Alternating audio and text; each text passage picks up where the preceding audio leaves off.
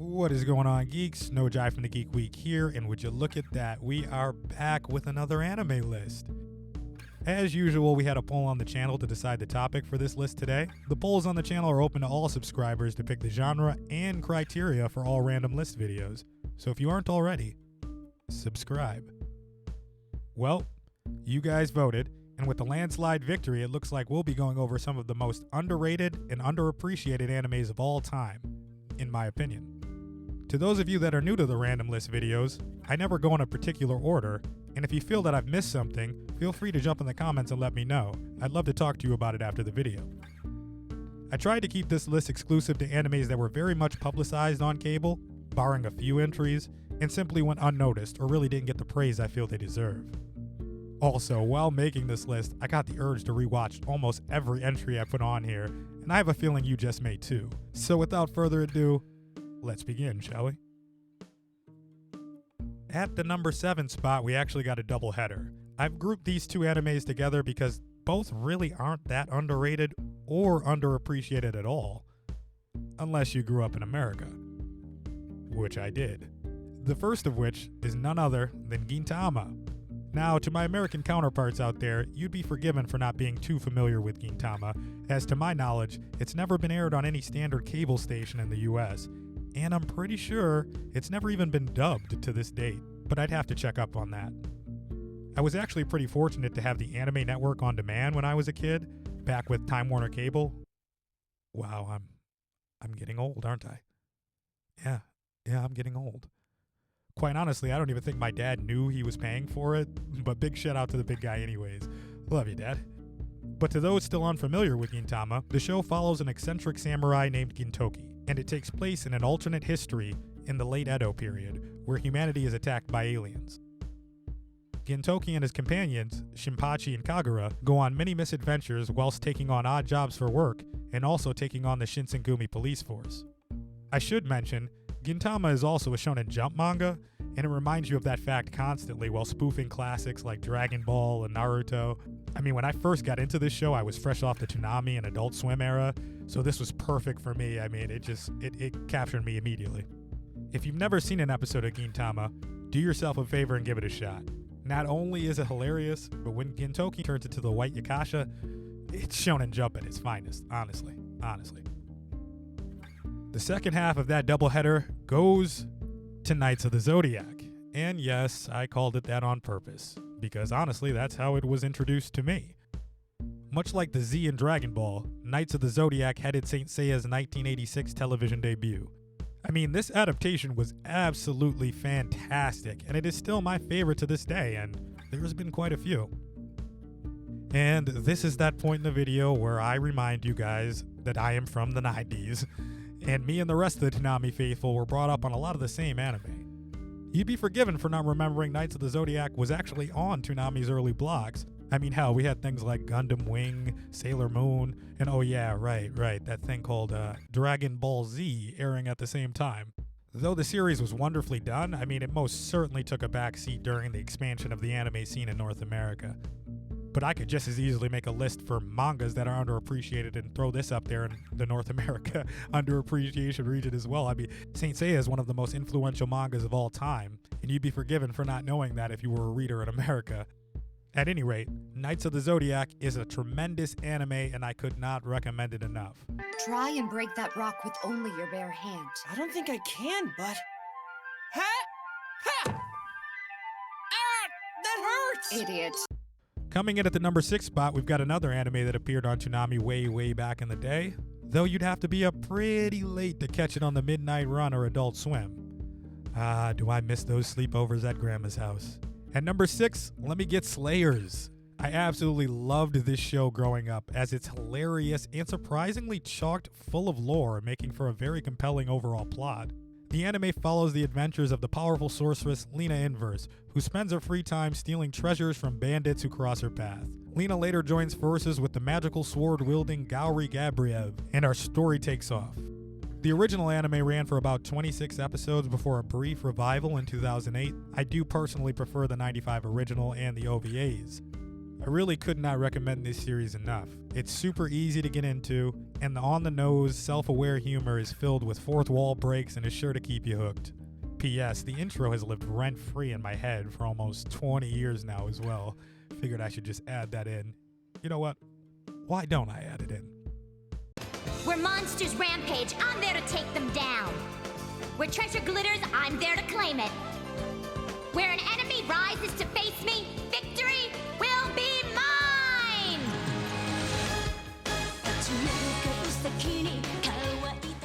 Moving right on down to number 5, we've got yet another Adult Swim show, though not even I was showing much love back when it was coming out. And that is Wolf's Rain. I'll just say this straight up because Wolf's Rain is an entry I feel the guiltiest about on this list, and that's because I absolutely hated this show when I was a kid. Now, this show is phenomenally written, and it's shown through tremendous dialogue and character writing, which is sad, seeing as I grew up to become a writing critic. You'd think this would have been a match made in heaven, but alas, not the case. When I was younger, my taste for anime hadn't quite broadened yet, and a younger me only wanted action, i.e. Yu Yu Hakusho, Dragon Ball, things of that nature. I've spoken about getting into other genres of anime as I got older in other videos, but Wolf's Rain is certainly one anime that aired at a time I was not ready to appreciate its greatness. Wolf's Rain tells the story of a group of wolves disguised as humans to avoid extinction, crossing paths while following the scent of the lunar flower, all in search of paradise. Though I often credit shonens that aired on Toonami and Adult Swim for molding me into who I am, it's a shame it wasn't until about high school that I truly discovered what I had been missing with the show Wolf's Rain. Wolf's Rain is tremendous, and it is certainly worth your time. Yeah, but why are they laughing? Because they obviously don't know anything about paradise. We know all about it. What's that you said? Too many Adult Swim and Toonami references. All right. Why don't we take it back to the Anime Network I mentioned earlier? At the number 4 spot, let me get Noir. Visually speaking, it should be quite obvious why I've chosen this anime, and it's because the late 90s to early 2000s anime scene had such a big place in my heart, and it's when I first got my feet in the door. Noir tells the story of two female assassins, Muriel Bouquet and Kirika Yamura, and their journey together to uncover their past. Initially, we're led to believe that the two have little to no relation to each other, but through Kirika's lost memories, we learn more about her connection to Muriel. The title is reflective of the genre, and if that interests you, I cannot recommend Noir enough. P.S. Much unlike Gintama, an English dub version does exist for this Anime Network show. Let's keep rolling. Do you like swords and sorcery like I do? How about Dungeons and Dragons? What if I told you that there's an anime tailor-made for you? At number 3, let me get Record of Lodoss War. Yes, I know it's another Adult Swim drop, but I promise this is the last one. Now, this anime is from '98, so the animation may be slightly dated. However, the 27 episodes are beautifully written and absolutely jam-packed with lore. And why not? The author of the novel, Ryo Mizuno, originally created the world as a rules-free setting for a Dungeons & Dragons game. So yes, we're talking role-playing game levels of world building. And if that's not enough, the icing on the cake is with the soundtrack that may be just as underrated as the show itself. Now, in all fairness, I'd recommend the OVA series if you feel you need the series to be a bit more adult-themed, as it consists of 13 episodes geared toward a more mature audience. That being said, personally, I'll always prefer the OG. Perhaps it's just the kid in me. No, but seriously, that end theme though. When we fell in love, destiny. Now each night will have no end. Our nights will never end. Eternity awaits you and me. Banger. Absolute banger. Now, this next anime I actually feel has started to gain some of the appreciation I feel it deserves in recent years. However, I still don't hear it talked about quite enough, seeing as from start to finish, it's absolutely incredible. At the number 2 spot, let me get Mushishi. Mushishi is another early 2000s anime, but much like Wolf's Rain, it's one that I didn't get around to until later on in high school. It was actually one of my friends that recommended the anime way back when, and once I watched it was very apparent why. The anime follows the travels of Ginko, who works as a Mushishi, which is someone who dedicates themselves to keeping people protected from supernatural creatures known as Mushi.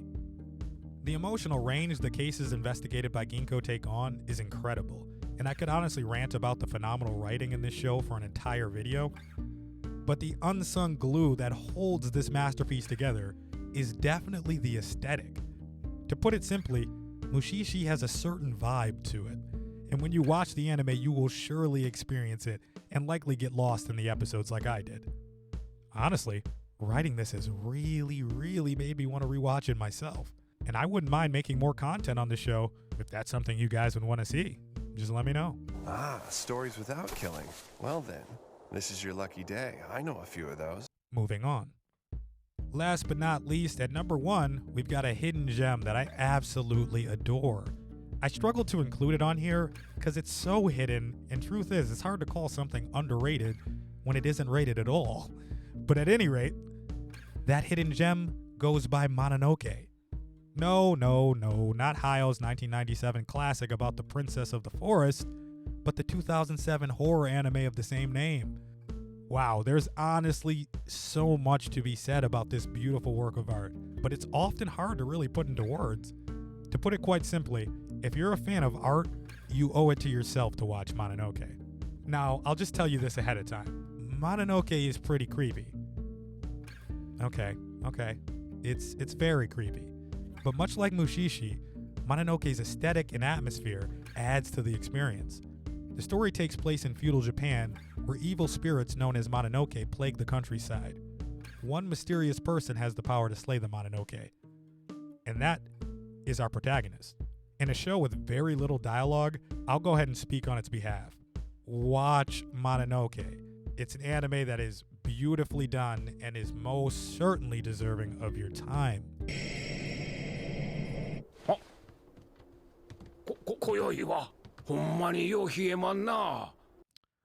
Alright, that is just a few anime. I actually have a good deal more. I didn't have an even number, so I think we're going to save this for a part 2.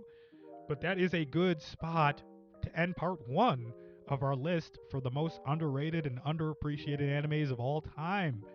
I really try my best to do these lists, like different than, your cookie cutter, Watch Mojo, IGNs, so it's really, I know, I understand that it's a lot of my personal preference in here. So get in the comments if you guys want to throw in some that I missed. I know there's a ton I missed, but just try to throw some different names out there for different shows people maybe haven't heard as much. But as always, guys, if you like content like this, don't forget to like, share, subscribe, and I'll catch you in the next one. Peace.